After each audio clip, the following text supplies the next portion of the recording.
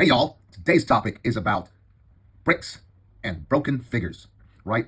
We all have this issue where we have figures that's expensive, that's, ones that we really cherish, even if it's not expensive, and they break. When you put them on studs, they just crack because the legs are weak, right?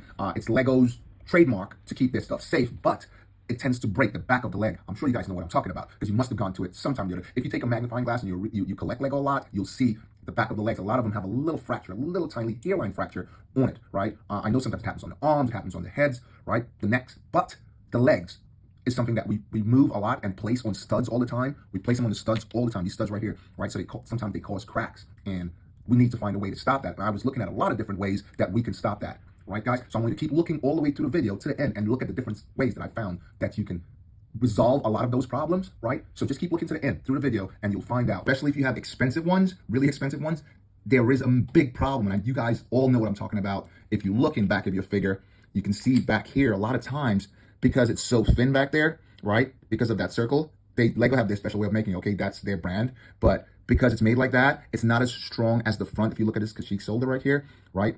And it breaks, it cracks right there, right? So it's a real problem, right? And a lot of the figures, it's not like they make the legs anymore. You can't replace it. You can't just buy it out there. If you do have to replace it, it costs you a lot of money, right? So I was looking at my Kashyyyk soldier, right?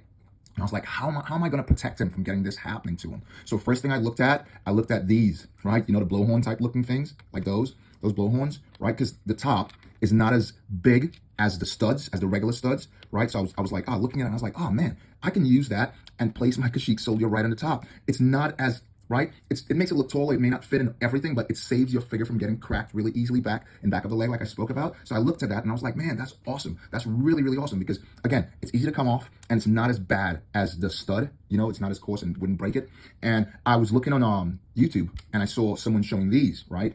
I don't know if you guys know, if you look at it right here, it has that little thing that goes between the legs, right? But there's an issue with that one also. When you put your figures on, this one is holding, you see it's falling over, right? I gotta be careful. Yeah, if you look, I'll show you right here. Look, you see it's falling over, right? So a lot of times you move your figures or whatever and it falls over, it falls out of your hand on this and fall on the floor and it's broken, right? Again, and that's an issue, right? So that's another thing to look at, right?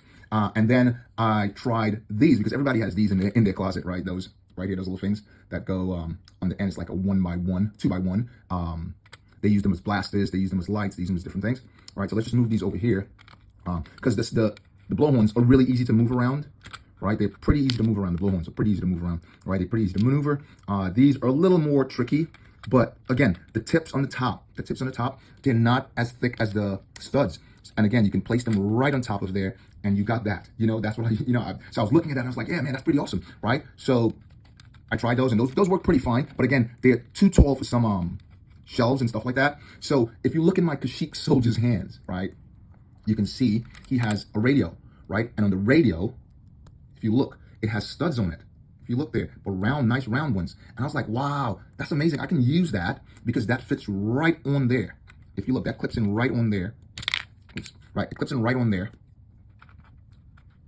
on top of the studs, right? And you can use that and just clip the Kashyyyk soldier like that. You can even hold it like that if you look, right? Check that out. It doesn't fall over. It doesn't put as much pressure back here, right? But then I realized it's not going to fit on all of them. It may fit on like 2 studs because of the antennae from the radio, right? So I looked around and I found me this.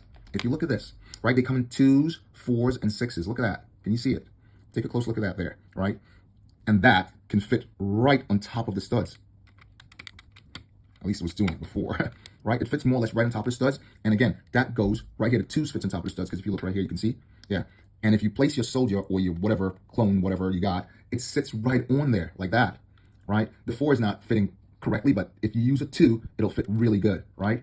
But that works out really, really fine. And again, it doesn't put pressure on the back. It doesn't fall over. If you look, it's holding on really tight, right? So I want you guys to take a look and see which one works for you, but none of them put as much pressure as a regular stud puts on your legs, right? So guys, I just want to share that with you. That's my hack for the day.